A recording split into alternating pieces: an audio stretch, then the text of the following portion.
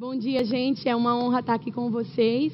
E eu recebi essa grande incumbência de conversarmos um pouco acerca desse assunto que é tão negligenciado, mas que é real, ele existe. E nós precisamos, mesmo como cristãos, aprender a lidar com algumas coisas. Nós, pastores e pessoas que estão no ministério de uma forma tão intensa e servindo ao Senhor, com um coração tão derramado, tão quebrantado, às vezes somos pegos de surpresas com algumas coisas que estamos acostumados a aconselhar, a instruir, e quando acontece conosco, porque a gente é da palavra da fé, porque a gente crê na palavra da fé, a gente se isola, a gente não busca ajuda, a gente tem medo de compartilhar, e a gente é pego em situações onde a nossa vida começa a afundar e a gente não entende por quê. Existem algumas coisas que eu quero compartilhar com vocês, e eu vou começar falando sobre alguns dados importantes, mas antes disso, eu queria que você fechasse os seus olhos, eu quero orar com você. Amém? Pai, graças nós te damos, Senhor, pelo teu precioso Espírito e por tua palavra. Nós estamos aqui, Pai, porque estamos para receber instruções da parte dos céus. Pai amado, eu te agradeço pela vida de cada um desses ministros. E eu declaro, Senhor, que nessa manhã seremos poderosamente alcançados como temos sido esses dias, Pai. E sairemos daqui fortalecidos, revigorados, em nome de Jesus. Amém? Aleluia. Lá no livro de Salmos, aleluia. No livro de Salmos, no capítulo 116, versículo 3, eu vou ler muitos capítulos e versículos aqui. Se você quiser, você só anota, depois eu posso passar para você, para que você possa acompanhar. Amém? Diz assim: laços de morte me cercaram, e angústias do inferno se apoderaram de mim. Caí em tribulação e tristeza. Isso aqui não é um desviado, isso aqui não é alguém do mundo, isso aqui era uma pessoa que amava o Senhor, que tinha recebido o Espírito sobre ele, que tinha tido experiências profundas com Deus, e que estava dizendo que estava cercado por medo da morte, que tinha caído em uma tristeza profunda e que a angústia tinha tomado conta do seu coração. Um homem de Deus. Amados, a depressão ou a tristeza profunda, que nem toda tristeza é um processo depressivo. Eu não pretendo aqui dar uma explicação médica, científica completa sobre o assunto, mas nós vamos tocar em alguns pontos. Mas existem alguns conceitos, e de uma forma bem clara e simplificada, uma definição que eu poderia dar para a depressão é uma desordem no funcionamento cerebral que pode afetar o funcionamento normal de todo o corpo. Alguma desordem no cérebro, alguma coisa muda, alguma coisa altera no teu cérebro, e isso afeta todo o corpo. Nós temos substâncias químicas que são responsáveis pelo nosso movimento, pelas nossas emoções, pelo prazer que nós sentimos nas coisas, pelas nossas reações de alegria, de tristeza. E em pessoas que são diagnosticadas ou identificadas com depressão, transtorno depressivo maior, essas substâncias químicas, elas são encontradas em um número muito abaixo do normal. A principal dessas substâncias, desses neurotransmissores, é a serotonina, que alguns conhecem como o hormônio do prazer. E quando se vai diagnosticar ou estudar o cérebro de alguém que está em estado de depressão, observa-se que essa substância está com um grau, uma quantidade muito diminuída do normal. E existem, uns critérios diagnósticos, existem alguns pontos que eles levantaram para tentar entender um pouco mais dessa doença. E para que a gente possa dizer que existe um diagnóstico, porque todo mundo, amados, passa por tristeza, todo mundo passa por um momento de perda, de angústia, mas passa. Mas a depressão é uma doença, é um problema onde a tristeza permanece, onde a angústia aumenta. E não é simplesmente, hoje eu estou triste, eu passei dias tristes, passei uma semana triste, alguém faleceu, alguma doença está sendo enfrentada, isso não é um processo depressivo. Isso é algo natural, que a gente enfrenta, a gente se levanta, a gente vence. Mas nos critérios diagnósticos, nós destacamos, para que alguém possa estar com depressão, nós temos que ter pelo menos 5 sintomas que se mantenham na vida daquela pessoa por mais de 2 semanas e que afetem o seu comportamento normal. Desses diagnósticos, o primeiro é humor deprimido na maioria dos dias, ou o tempo todo. Uma tristeza profunda, que pode ter uma explicação ou não. Uma acentuada diminuição do prazer. Você fazia coisas, você fazia atividades e você não entende por quê. De repente, aquilo que te dava prazer não está dando mais. Alteração do apetite. A pessoa passa a comer demais ou comer de menos. Muda o estado de como ela era. 4º ponto, alteração do sono. Ela não consegue dormir à noite. Ela tenta dormir, ela tinha um sono adequado, mas ela não consegue. Ou ela dorme demais. Dormir fora de hora. Dormir fora do tempo. Meio-dia a pessoa está com sono, ela só tem vontade de dormir. 5º ponto, agitação ou retardo psicomotor quase todos os dias. Ela está agitada demais, agoniada demais, ou ela passa a agir de uma forma mais lenta do que o normal para atividades comuns. Ela fazia uma determinada atividade em um tempo específico e agora esse tempo multiplica por causa dessas substâncias que estão diminuídas. Fadiga e perda de energia quase todos os dias. Ela está o tempo todo cansada. Ela está o tempo todo sem energia. Você olha e ela está expressivamente, o seu corpo está refletindo isso. Sentimentos de inutilidade ou culpa excessiva ou inadequada, pessimismo e baixa estima. E o 8, capacidade diminuída de pensar ou concentrar-se. Ela tem dificuldade de pensar em coisas comuns, em raciocinar, de se concentrar. E 9, último ponto, pensamentos de morte recorrente. Isso é o estágio mais grave e mais avançado. Associado a isso, ela pode ter dores físicas que você dá um tratamento adequado para uma dor nas costas, por exemplo, e com um remédio mais forte ela não fica boa. Porque o cérebro está tão afetado, o componente psicológico está interferindo naquilo e aquela manifestação física não está respondendo a um medicamento natural, a um medicamento que normalmente responderia para aquele problema. Pessoas podem ter problemas de pele, isolamento social, solidão, ansiedade pode estar muito associada e geralmente está, e apatia. Ela fica indiferente. É um monte de coisa. Tudo isso, amados, pode ter reflexo na sua vida social, na sua família. Ele ama a sua família, a pessoa ama os seus filhos, mas ele não consegue se expressar mais. Ele não consegue demonstrar aquilo. As coisas mudaram. Financeiramente as coisas mudam porque ele não se sente com força, nem com vontade de ir para a igreja, de ir trabalhar. É considerada hoje a doença do século. Existem muitos dados da OMS e ele diz que mais de 350 milhões de pessoas são afetadas com essa doença. É a doença que mais incapacita adolescentes hoje. É considerado que eles fizeram estudos que entre 2020 a 2030 vai ser a maior doença ou a doença mais diagnosticada no mundo inteiro.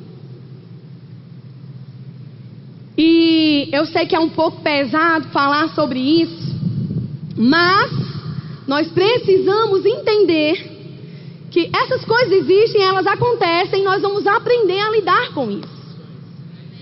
Um dos maiores problemas, existe um psiquiatra, ele é cristão, ele trabalha nos Estados Unidos e ele fez um estudo, e foi o estudo mais completo que eu encontrei sobre isso. Ele publicou o caso e tudo, e ele diz que no consultório dele, em um período de um mês, ele atende pelo menos 50 crentes depressivos. Desses 50 crentes, 26% são pastores. E ele diz que esse número ainda é muito maior, porque no estudo que ele fez, 69% de pastores com depressão não procuram ajuda. E eu não sei se você já entrou no Facebook ou em alguma rede social que você viu: pastor se mata, ou pastor passa por uma crise, sai louco dentro de casa, abandona a família, e a gente acha que esse homem perdeu a fé. Existem problemas do corpo, existem problemas químicos, mas é claro, e esse psiquiatra fala isso nesse estudo, que existem problemas espirituais associados. Mas nós precisamos identificar. É uma doença que é grande e tem se multiplicado, conforme os estudos apontam, mas um dos principais motivos é que ele diz: primeiro, existe uma falta de diagnóstico, porque as pessoas não buscam ajuda. O segundo ponto é porque as pessoas não conhecem a doença. E o terceiro ponto, eles dizem, é porque as pessoas não aceitam. Se elas não aceitam, elas não se tratam. Se elas não se tratam, elas se afundam. E se elas se afundam, pessoas são afetadas, pessoas deixam de ser alcançadas. E a gente para de avançar naquilo que Deus confiou a nós para fazermos. Amém? Mas isso não vai ficar assim. Amém? Há uma clássica relação entre homens e mulheres. Para cada 2 mulheres afetadas, um homem é afetado. E nesse estudo, esse psiquiatra, ele fala que não necessariamente é porque o homem é menos afetado. Existe uma explicação biológica para que a mulher seja mais afetada, porque a mulher tem mais alterações hormonais ao longo de sua vida. A mulher, ela inicia o seu ciclo menstrual e tem uma alteração hormonal. Depois ela engravida e ela tem uma outra alteração hormonal. Tem a questão do pós-parto, que altera de novo. E ela entra na menopausa. Muda tudo. Então a alteração hormonal da mulher é muito maior do que a do homem. Por isso que alguns estudos indicam, isso é uma das explicações por que existem mais em mulheres que homens. Mas nesse estudo ele fala que, na verdade, ele percebeu que os homens, eles têm mais dificuldades de falar sintomas depressivos. Eles têm vergonha, eles não querem buscar ajuda, porque eles não sabem como isso vai ser recebido. Ele pode perder o seu cargo, ele pode deixar de exercer o seu ministério, e eles não buscam ajuda, e eles estão sofrendo por causa disso. Os principais motivos da depressão existem vários, né? E agora nós vamos entrar no que a Bíblia diz. Nós sabemos, amados, que o diabo, ele não pode roubar a nossa herança de filhos. Mas uma coisa ele tenta fazer, porque se ele rouba a tua alegria, ele vai minar as suas forças. E muitos ministros, eles começaram a identificar: por que tanto crente, por que tanto pastor está com depressão. Se formos ler a Bíblia, e eu fiquei impressionada, porque quando a gente vai procurar, a gente encontra mais coisa. Eu fiquei impressionada o número e a quantidade de exemplos que a gente tem de crentes, homens cheios de fé na palavra, que enfrentaram tristezas profundas e depressão. E um dos motivos que foi observado ao longo dos anos, que pode levar a uma pessoa a um estado depressivo profundo, é ressentimento e amargura. A Bíblia diz, em Hebreus capítulo 12, versículo 15: nem haja alguma raiz de amargura, que brotando vos perturbe. Aqui tem 3 coisas interessantes. A amargura pode criar raízes. E se ela cria raiz, ela pode chegar no segundo estágio, ela pode brotar. Vai afetar outras pessoas, porque o fruto que vão puxar de você é um fruto amargo. E ela diz: olha, quando ela brota, ela passa a perturbar você. É uma coisa que você alimenta, que está em você, e você não percebe. Mas isso te leva a afundar. Isso é um dos motivos. E por ser médica, algumas coisas, e eu gosto muito de entender com exemplos, porque isso fica mais claro para mim gravar algumas coisas. E eu aprendi estagiando, ao terminar o curso, a gente passa por todos os estágios, a grande maioria, as grandes áreas clínicas, e eu passei pela parte da cirurgia. E a gente começava a tratar um paciente com infecção profunda. E a gente dava antibióticos para ele e ele não respondia. E a gente passava para um antibiótico mais forte e ele continuava sem responder. E às vezes os estudantes passavam e sabia que a infecção estava na perna, mas a perna estava coberta, estava atada. E eles só mudavam o antibiótico. E a gente chegava na sexta-feira, que era o dia de discussão clínica, todos os médicos lá. E dizia, rapaz, a gente já passou por esse remédio, esse, e classes de remédio fortíssima. Aí o médico chegava assim, tirava a atadura e dizia, vocês não viram isso? E a perna do paciente estava necrosada. E o que a gente tinha que fazer para o antibiótico funcionar? Debridar, raspar, tirar aquilo que está morto, aquilo que está podre e jogar fora. Porque senão o remédio não podia penetrar e não ia fazer o efeito.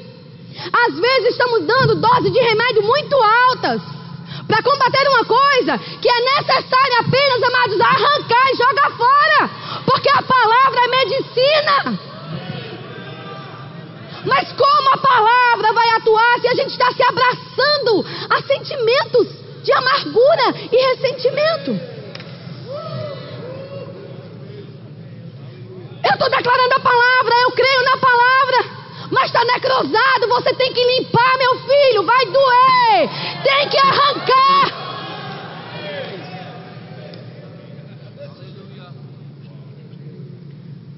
Algumas pessoas que ficam ressentidas e amarguradas é porque carrega e recebe tudo que lhe dizem.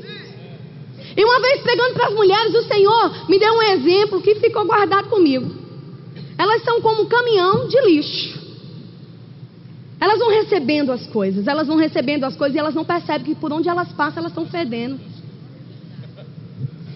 E ela não sabe porque as pessoas olham para ela e não querem estar perto dela. Porque exala mau cheiro. Ressentimento, mas por isso que o apóstolo diz, olha, ele criou raízes e ele brotou. E ele perturbou você. E as pessoas provam do seu fruto e é amargo e elas não querem associação.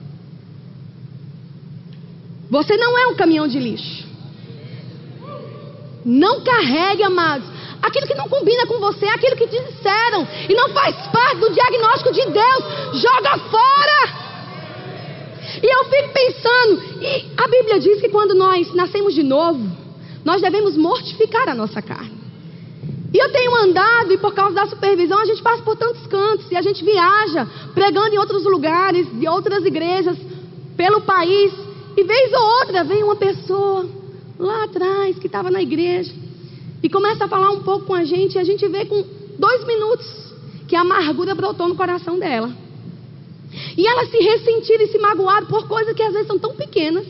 Mas quando você está amargurado e ressentido, seus óculos estão embaçados e você não consegue ver a realidade dos fatos. E eu comecei a pensar, por que essas pessoas se afetam tanto? É porque, na verdade, amados, elas não fizeram o que a Bíblia ensina. Porque eu nunca vi doer. Eu nunca vi sentir a dor de uma ferida alguém que está morto. Morto não sente a ferida porque morreu. Se você ainda está sentindo, amados, é porque você não matou a sua carne. Se está doendo, é porque não morreu ainda. Porque ferida em morto, tanto faz como tanto fez. A sua carne não brilha mais. Então largue esse negócio de amargura.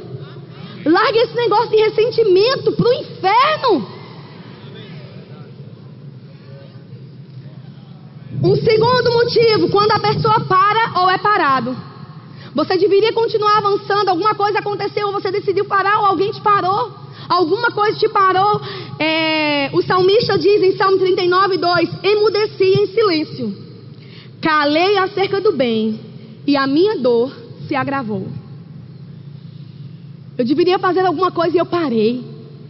E isso trouxe tristeza profunda para ele. Um outro motivo, isolamento e solidão. Lá em 2 Timóteo capítulo 4, versículo 16, Paulo fala: olha, no meu primeiro julgamento eu estive sozinho, ninguém esteve comigo. Mas Paulo era muito sábio, ele diz: eu busquei ao Senhor e o Senhor me consolou.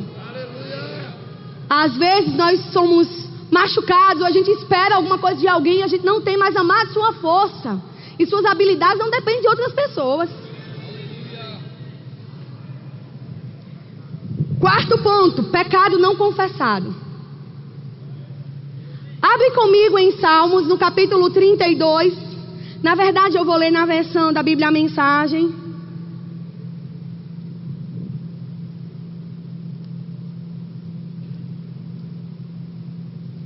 Aleluia. Salmos capítulo 32. Deixa eu achar aqui. Versículo 2. Olha o que ele diz, vê como é forte isso. Considere-se afortunado. O Eterno não tem nada contra você. Você não está escondendo nada dele. Quando guardei tudo para mim, os meus ossos se transformaram em pó. E as minhas palavras eram gemidos intermináveis. A pressão, ela nunca cessava, a ponto de todo o líquido do meu corpo secar.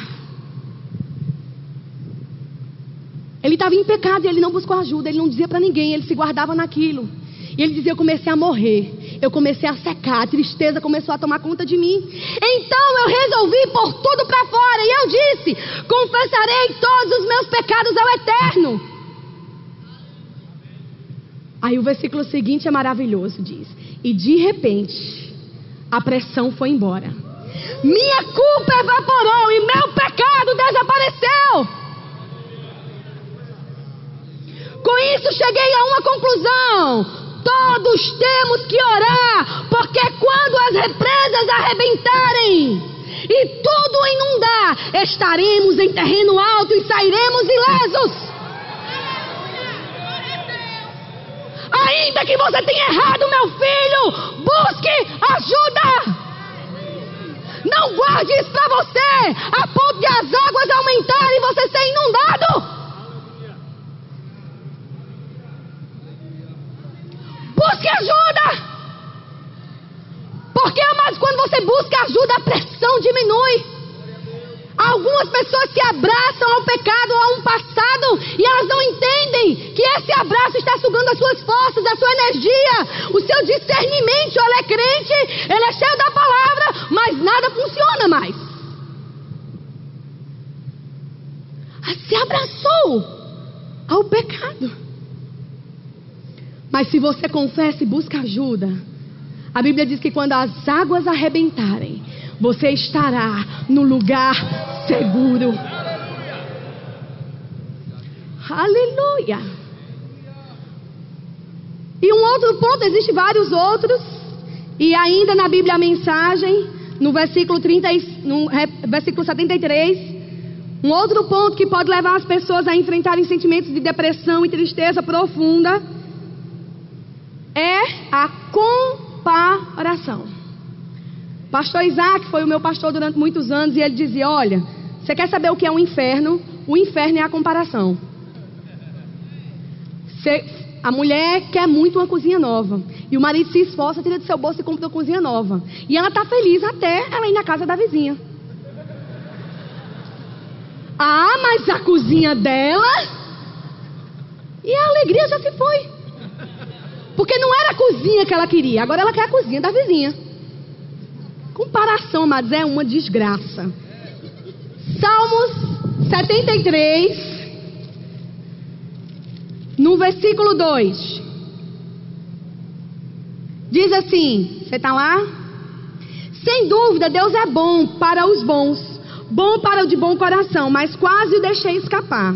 Quase deixei de ver a sua bondade, porque eu estava olhando para o outro lado, observando as pessoas que alcançavam o topo, invejando os ímpios que tinham sucesso, que não tem com que se preocupar e nenhum problema para resolver. Não é assim? A gente acha que a gente está o dia todo fazendo, sofrendo, trabalhando, e a menina para cuidar, e a igreja, e aconselhamento, e chega em casa e tem que ser esposa, tem que cuidar de menino, tem que estar linda para o marido, e a gente olha, mas a vida de fulano, ela está sempre maquiada, arrumada, bonita. Aquele pastor, eu chego perto dele, parece que é pastor Red Bull, está o tempo todo animado.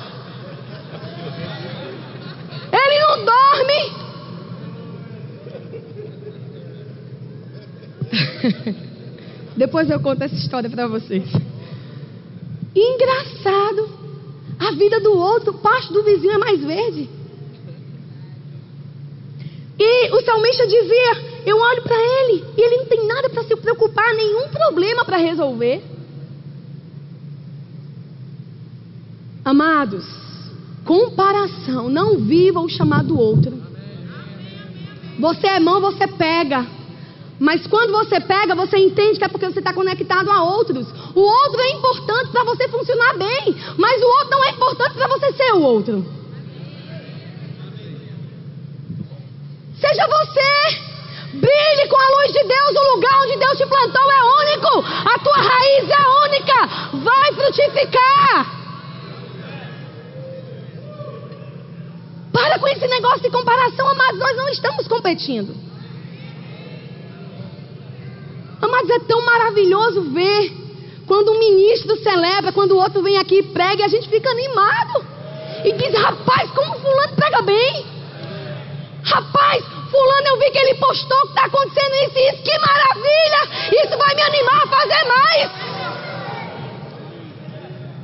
Não há limites aonde podemos chegar quando nós pararmos e nos importar com quem vai levar o crédito. Ah, mas eu fiz, e não disseram que foi eu. Disseram que foi fulano, não viram não. Se você não está ligando para se o crédito vem para você ou não, amados, nós avançamos e avançamos e avançamos. Existem tantos exemplos na Bíblia. Davi, se você for ler, entre um salmo e outro, ele estava dizendo: por que estás abatido a minha alma? E daqui a pouco ele diz: elevo meus olhos para o monte, de lá vem o meu socorro. E eu comecei a pensar que Davi, o homem grandioso que enfrentou urso, leão e gigante, talvez o maior gigante que ele tenha tido que enfrentar não tenha sido esses, mas tenha sido a tristeza. Mas a atitude de Davi era uma atitude de quem sabia que precisava buscar ajuda antes que as coisas se findassem. Um exemplo muito precioso, eu quero que você abra comigo no livro de 1 Reis, no capítulo 19. E eu escolhi esse porque não dá tempo de falar de todos. Então, 1 Reis, no capítulo 19. Você conhece a história do profeta Elias? Você vai saber que no capítulo anterior a esse, ele talvez tenha vivido o maior feito do seu ministério. Talvez ele tivesse saído do auge do que foi o seu ministério. Ele estava diante de um rei incrédulo que tinha se desviado dos preceitos divinos, de uma mulher do inferno. E agora, este homem tem a oportunidade de se levantar e de diante de uma multidão provar que não era Baal que era Deus, mas era o Deus dos exércitos. E ele faz aquele sacrifício que você sabe que Deus manda fogo do céu que lambe a água e destrói tudo. E todo mundo fica perplexo, inclusive Acabe, um homem idólatra, um homem que tinha se desviado de Deus, um homem casado com uma mulher que tinha mandado matar os profetas do Senhor. Depois disso, 450 profetas morrem. E ele podia pensar: agora o ministério vai andar, agora o negócio vai, agora eu vou somente descansar, porque eu atingi o topo. E depois disso, no capítulo seguinte, ele recebe uma palavrinha e diz: ó, mandaram te avisar que amanhã você vai estar como aqueles que você matou. E o temor tomou conta de Elias. A Bíblia diz que ele temeu pela sua vida. E o medo foi tão grande que ele correu velozmente. Olha o que a Bíblia diz: temendo, pois, Elias, levantou-se para salvar a sua vida. E foi e chegou a Berseba, que pertence a Judá, e ali deixou o seu moço. Ele mesmo, porém, se foi ao deserto, caminho de um dia, veio e se assentou debaixo de um pé de zimbro. Olha aqui alguns pontos e sintomas da depressão. Primeiro, medo profundo. Segundo, isolamento. A Bíblia diz que ele estava com um moço que o acompanhava o tempo todo. Ele foi lá e deixou o moço. E disse: eu vou para um lugar sozinho, vou me isolar. Porque no deserto ele não ia encontrar ninguém. Ele não pretendia ficar perto de ninguém. Aí existe um risco poderoso, quando alguém está passando por problemas, se isolar. Ele diz: ele mesmo, porém, se foi ao deserto, caminho de um dia, e veio e se assentou debaixo de um zimbro. Pediu para si a morte, sentimento de morte, outro ponto. E disse: basta, toma agora o Senhor a minha alma, pois não sou melhor do que meus pais. Sentimento de inferioridade. Deitou-se e dormiu debaixo do zimbro. Eis que um anjo tocou-lhe e disse: levanta-te e come. Olhou ele e viu junto à cabeceira um pão cozido sobre as pedras em brasa e uma botija de água. Comeu e bebeu e tornou um sono excessivo. Ele já tinha dormido, ele já tinha descansado. Ele comeu e voltou a dormir.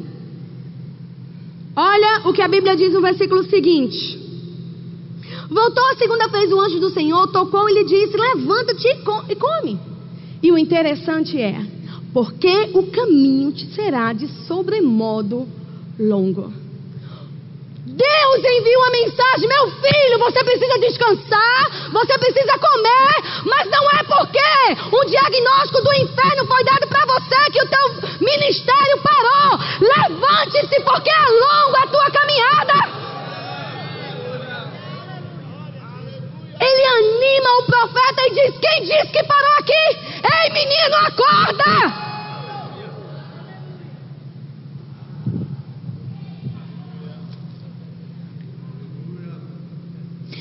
E ele, no versículo 9, no versículo 8, levantou-se, porém, comeu e bebeu, e com a força daquela comida caminhou 40 dias e 40 noites até o Horebe, o monte de Deus. Veja o processo. Ali entrou numa caverna, onde passou a noite, e eis que ele veio a palavra do Senhor e disse: o que é que você está fazendo aqui, Elias? Você parou numa caverna para quê? Erga-se, meu filho, saia daí.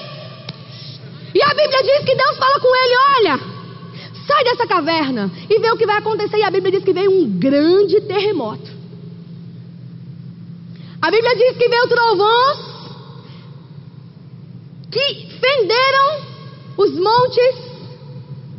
Começou a mudar o negócio. Mas a Bíblia diz que Deus não estava no terremoto. A Bíblia diz que Deus não estava nos trovões. E era um profeta acostumado a ver coisas extraordinárias. E a Bíblia diz que veio uma suave brisa. E Deus falou. Quando você se dispõe diante da presença de Deus, talvez, amado, você esteja acostumado e você queira que venha um grande estrondo. Mas o seu espírito, dentro de você, a voz de Deus, trará descanso, trará alívio, trará refrigério. Alívio, eu falei. Trará refrigério. E a Bíblia disse: sai, no versículo 11, e põe-te nesse monte. E tudo isso aconteceu. E no versículo 15 diz: disse o Senhor: vai e volta ao teu caminho. Você não deveria ter fugido. Volta ao teu caminho para o deserto. E chegando lá, unge 2 reis e um profeta. Deus estava dizendo: meu filho, não acabou o negócio não. Vá fazer aquilo que você nasceu para fazer. Aqui me ensina algumas coisas. Primeira coisa, se você está enfrentando uma tristeza, um processo de depressão mesmo, meu filho, descanse. Saiba, no meio da agonia, parar. Uma quarta-feira à tarde, se tranque de 2 às 5 no seu quarto e vá dormir. A Bíblia diz que Jesus, entre um milagre e outro, entrou num barco. E o que foi que ele fez? Ele foi inteligente. Ele foi lá para baixo e dormiu. A Bíblia diz que Deus, depois de toda a sua obra, descansou. A Bíblia diz que Jesus, depois de ter pregado exaustivamente, afastou o barco para ir para o outro lado, descansar. Segunda coisa, além do descanso, tem uma vida social. Não somente porque você vai a um lugar, porque você vai celebrar, porque você tem que ir. Jesus, em João capítulo 2, a Bíblia diz que ele foi convidado para ir para um casamento. Mas o interessante é que diz que ele não foi convidado para celebrar o casamento. Ele foi para o casamento porque ele quis. Ele foi para relaxar, porque ele quis. Tenha uma vida social. Faça atividades físicas. Todos grandes estudos revelam que quando você faz atividade física e você come bem, aqueles neurotransmissores que eu falei para você que diminui, eles começam a aumentar. O hormônio do prazer, ele começa a ser liberado de alguma maneira e você passa a se sentir melhor. Meu filho, pare meia hora do seu dia e vá correr, vá caminhar. Ajude, pegue um companheiro e vá fazer alguma coisa por você. Você é templo. Cuide desse templo, para que você viva muito e o povo possa ser abençoado pela tua vida. Pregue para você mesmo. Salmo capítulo 42, a Bíblia diz que o salmista diz para ele mesmo: por que estás abatido, ó minha alma? A Bíblia diz que Davi, esse mesmo homem, depois que chegou numa cidade chamada Ziclag, ele olhou e viu tudo destruído. E a Bíblia diz que ele chorou até não ter mais forças. Mas a Bíblia diz no versículo seguinte: mas eu busquei ao Senhor. Busque ajuda, amados. Busque ao Senhor, busque ajuda profissional se necessário. Nem todo sintoma depressivo precisa de medicamento, mas alguns sim. Tenha boas associações. 2 Coríntios capítulo 7, versículo 5, diz assim: porque chegando nós à Macedônia, nenhum alívio tivemos. Pelo contrário, em tudo fomos atribulados. Olha o versículo. Lutas por fora. A gente vê Paulo lutando e vencendo. Ele sai de um naufrágio e ele se levanta. Ele é picado por uma serpente e ele mais uma vez se levanta. Lutas por fora, temores por dentro. Ele enfrentava temores por dentro. Porém, Deus, que conforta os abatidos, nos consolou de que maneira? Com a chegada de Tito. Associações que trazem alívio. Está conectado. E eu gosto muito de um exemplo que eu aprendi com a minha avó e eu quase sempre estou falando dele. Eu gostava de fazer feira com a minha avó e eu percebi que quando ela ia para a feira, aquela feira aberta, ela levava o seu carrinho e ela começava a comprar frutas. E quando ela começava a comprar frutas, eu não entendia porque ela ia toda semana. Mas quando ela comprava as frutas, ela comprava 2 ou 3 maduras e o resto verde. E eu disse: oxi, mas ela não vai vir sábado? Não vai dar tempo dela comer. E ela separava 2, pegava a terceira, misturava com as verdes, enrolava no papel e botava dentro do forno ou embaixo do fogão. No meio da semana, as 2 frutas tinham acabado. Ela desembrulhava aquele pacote e as frutas verdes já estavam maduras. Porque a fruta madura que foi colocada no meio delas, estudando para fazer o curso de medicina, eu descobri que a fruta madura libera um gás chamado gás etileno. A maturidade daquela fruta libera aquele gás que quando está perto daquilo que é verde, amadurece. Associações vai liberar em você o melhor de você. Associações vai liberar em você o seu potencial. Você não é uma ilha. Se associe, busque ajuda. Deus que consola os abatidos nos enviou a Tito. Consolações que vêm por causa de associações. E você se ergue, você se levanta e você não é mais o mesmo. Não deixe de confiar em pessoas e acreditar nas pessoas. Pedro, após a ressurreição de Jesus, estava trancado em casa pensando porque ele tinha negado Jesus e ele estava abatido e achou que seu ministério tinha afundado. E Jesus aparece e diz: Manda avisar os discípulos e manda avisar também a Pedro. Ele disse: eu vou dar outra chance para ele. Eu não desisti dele. Deus não desiste de você, meu querido. Não deixe de confiar em pessoas e acreditar em pessoas porque alguma coisa deu errado. Transborde em amor. Seja generoso. Seja tolerante. Se alguém errou com você, perdoe, ame e levante essa pessoa. Se levante. Ah, mas eu ajudei tanto e quando eu precisei ele me deu as costas. Talvez Deus tenha te levantado para isso mesmo, para fortalecer outros e ajudar outros aonde eles não conseguem ir. Bill Hybels, uma vez ele falou que ficou muito entristecido durante a sua vida no seu ministério. É um homem de um ministério grandioso nos Estados Unidos. E ele disse: porque eu pensei que eu ia envelhecer com aqueles que levantaram o ministério junto comigo. E eu vi um saindo, outro saindo, e isso me causou grande tristeza. Mas quando eu descobri que a minha força estava em Deus, e que ainda que alguns fossem, outros viessem, eu não ia parar. Eu ia avançar. E eu decidi parar de ficar triste. Eu decidi lidar com esses sentimentos e continuar avançando. Em tempos comuns, amados, tempos fáceis de fartura, qualquer faraó pode governar. Mas quando se levantam os tempos difíceis, são chamados os Josés e os Daniel. Onde está o povo que busca? Onde está o povo que ora?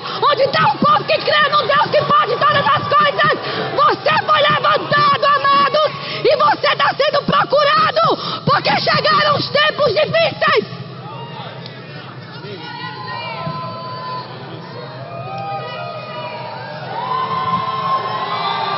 Por que agora? Porque você é um José, porque você é um Daniel. Você busca ao Senhor, e a Bíblia diz: e buscou Daniel ao Senhor. E o que o anjo disse?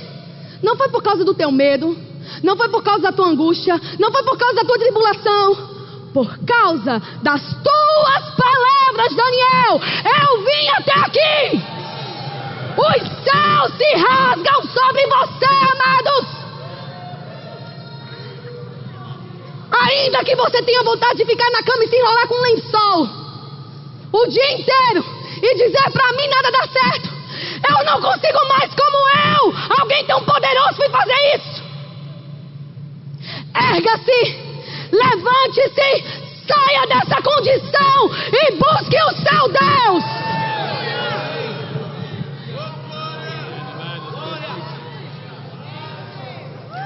Deus está pronto para rasgar os céus sobre você. E eu descobri que avião, quando vai pilotar, nunca vi. Tudo bem que eu nunca entrei no comando quando o piloto está decolando com o avião, mas eu imagino que, porque não tem como, ele não olha para trás na hora da decolagem. Por um único motivo: avião não tem retrovisor. Você é um avião, meu amigo. Você não tem que olhar para trás. Paulo dizia: uma coisa faço, esquecendo-me das angústias, esquecendo-me das coisas que ficam para trás. Eu avanço.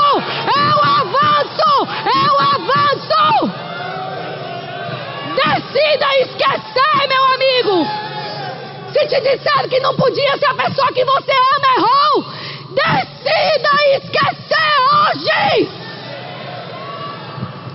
E vá para o versículo seguinte: avance.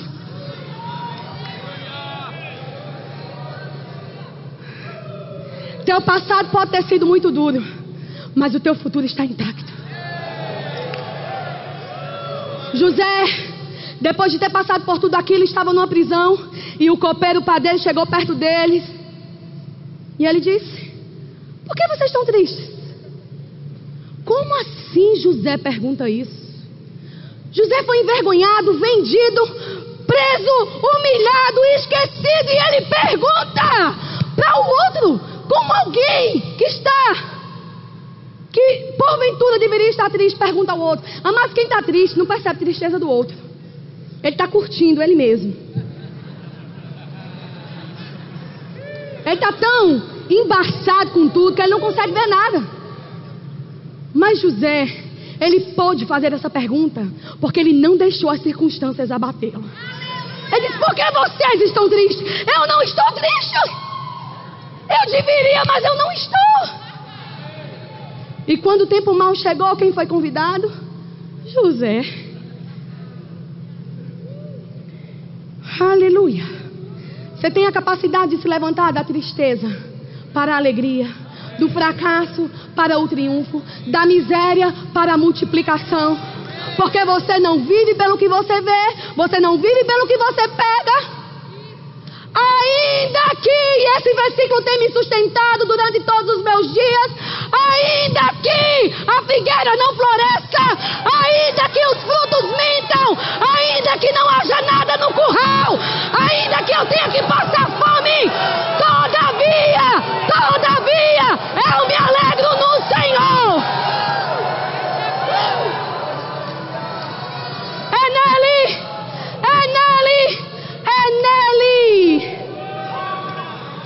E eu quero encerrar com isso. Entenda uma coisa: cozinhar não é a mesma coisa que comer. Algumas mulheres vão entender o que eu falo. Quando você está cozinhando, você começa a sentir o cheiro da comida. E você passa o dia inteiro cozinhando e aquilo começa a te nausear às vezes. E você senta, todo mundo come e você não come. Porque o cheiro deu a sensação que você podia estar saciado. Às vezes nós passamos dias estudando para entregar a porção para o outro. Mas você precisa sentar, botar o seu prato e comer. Porque fome não se passa com o cheiro de uma pregação que você mesmo faz. Fome se passa quando você põe um prato. Não é para ninguém. Eu vou buscar o meu Senhor. Nós estamos vivendo dias de avivamento. Levante-se e avance, porque o Deus escuta aquele que clama. Você não vai morrer, você vai viver e contar os feitos do Senhor.